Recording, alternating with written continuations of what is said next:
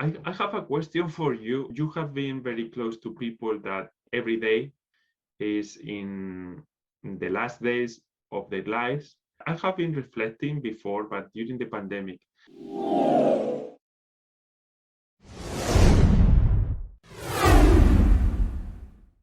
we know that when we born, we are gonna die at some point, but nobody remind us about that. It's like you are gonna be eternal on this earth, and then that situation about a virus, a cancer, an accident that can put in risk expectation to be more like eternal, and yes, disappointed us, and then we have to put all our angerness in somebody. The culprit would be God.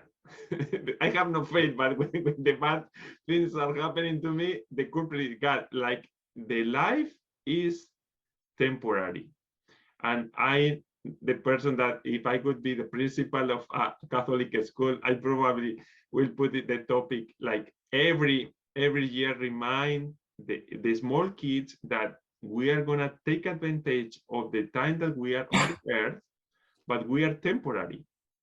And then it's not to fear, it's just to enjoy more, to have better relationships. And you that have been very close to people in that situation, can you tell us about some experience or some testimony, any person that um, has realized about the fact that is the last days or weeks of his or her life, and this has moved them to open to anything different to what they have thought before, spiritually talking about? I could tell you a million stories, but three in particular. There was a young man who was 39 years old. He was a teacher in the Howard County school system, and he passed away with myeloma years ago. And the weekend, probably within a week of him passing, he was in the hospital. And on Monday, I said, "So, how's your weekend?" He goes, "Good." He goes, and he just goes like this: "Been reading." I go, "What are you reading?" He goes, "Daniel." I go, "Oh, I love Daniel." I go, "You've been reading a lot this weekend?" He goes, "I'm reading a lot. I have a lot to catch up on. I have a lot to catch up on and not a lot of time." So, and he was a very joyful person.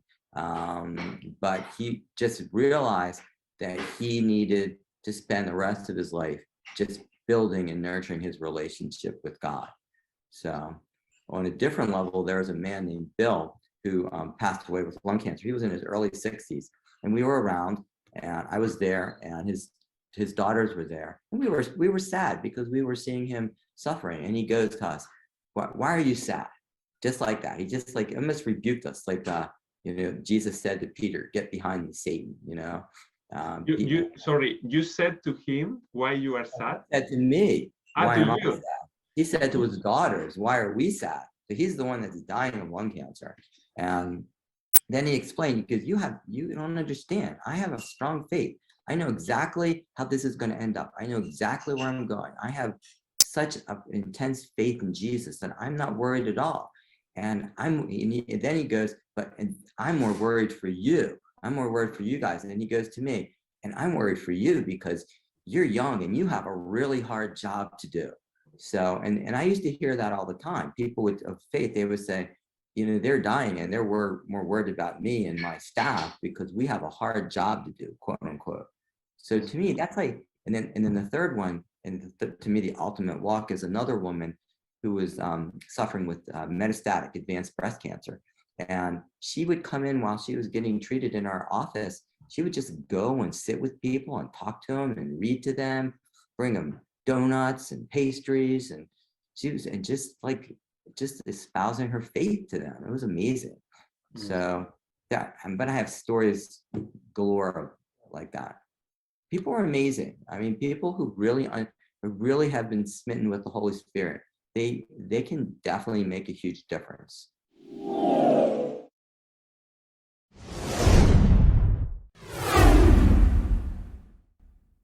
But like we were talking before, the ones that are the hardest to reach are the ones that have a faith, but they just can't resolve the fact that God is making them go through this. Mhm. That's the hard. And I don't have the answer. I mean, I'll have the answer one day when I talk to God. Yeah. Not now. Yeah. I have not the answer either. And when somebody asked me that question, I thought, what I can tell you is like, I'm following Jesus, and Jesus was murdered. He was dying on a cross. Then he was the Son of God for me that I believe. Then if that happens to him, why is not going to happen something bad to us? But this is not the end of the story. The end of the story, did Jesus resurrect, open this big option to be eternal, but without pain, without suffering? It like after our body is like death, yet we can still continue living this relationship that we have created here on this earth. Like this faith is a relationship that we start here. We have the time to create a good relationship, to go to heaven and continue the relationship without interference. It's like when you are talking in Zoom, WhatsApp, it's different when we go to dinner and we hug each other, right, Nick? It's a little different. Then for me, it's the same. Like the prayer here of my relationship with God is like, okay, having some touch of what could be, but at the end we will know later.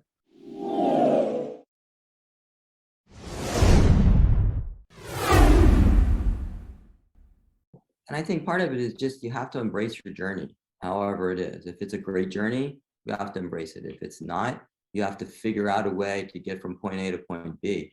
I've had so many people that have had a cancer and they might have lived 5 or 10 extra years, but they're tormented every single day of the day that their disease is going to come back. And they can't have a happy day. Yeah. And that makes me sad for them and for their family. But you see that, and because they're just like we were saying, they're in fear, and you are in fear because you just can't experience God's love in a perfect way.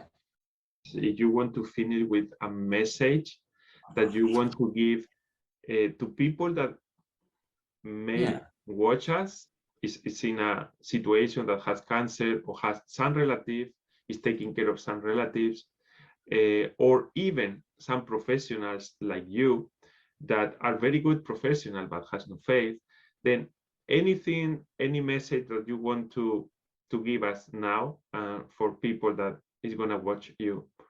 So I think the most important thing is to just, from a scientific point of view, trust the process, and the same with faith. You just have to trust. You might one day, like we'll say we met in the ACT retreat, you might have that day where you just have a magical moment, but then that's it. You have no more magical moments until the next time you're asked to go on the ACT retreat. And then people will say, oh, I'm glad somebody asked me. I was really having a hard time. So you have to trust the process and you have to be patient with it. That's the first thing. Be patient, because God's time and your time are different. The second thing is you have to listen. So I always tell people that I have these moments at 3 a.m, these dreams, and they're like, I call them dreams of Daniel. They're just really impactful dreams, and they make a difference. I listen to them, and some of them I don't want to listen to.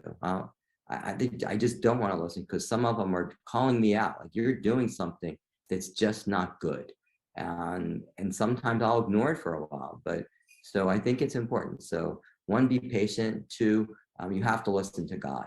That's the thing. 3, you have to keep on seeking. You might stumble 10 times. You might end up being a faithful bilateral amputee. You might not have any legs. You might not have any arms. But spiritually, but you still have to continue. I always go back to this one song. It's a secular song by U2.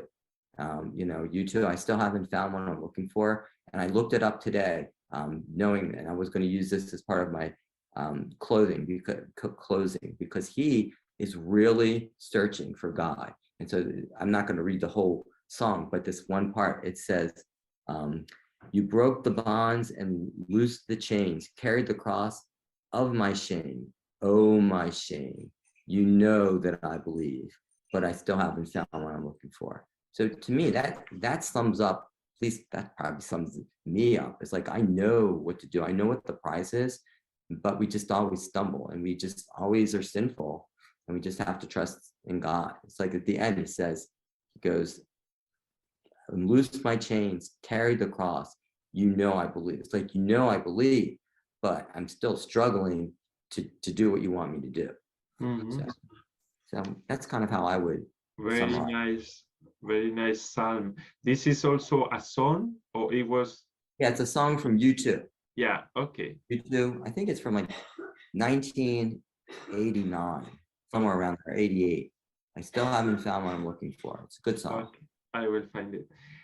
Yeah. Thank you, Nick, for your testimony, for this interview. And I think many people is gonna like you as person, as professional.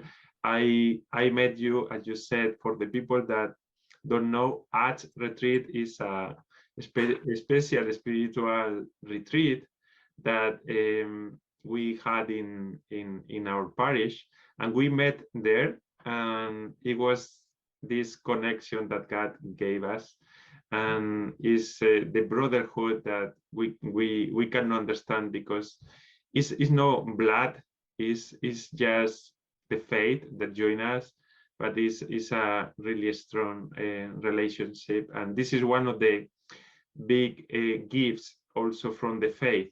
It's like that we are not individual persons living our faith in our house, praying my daily personal prayers.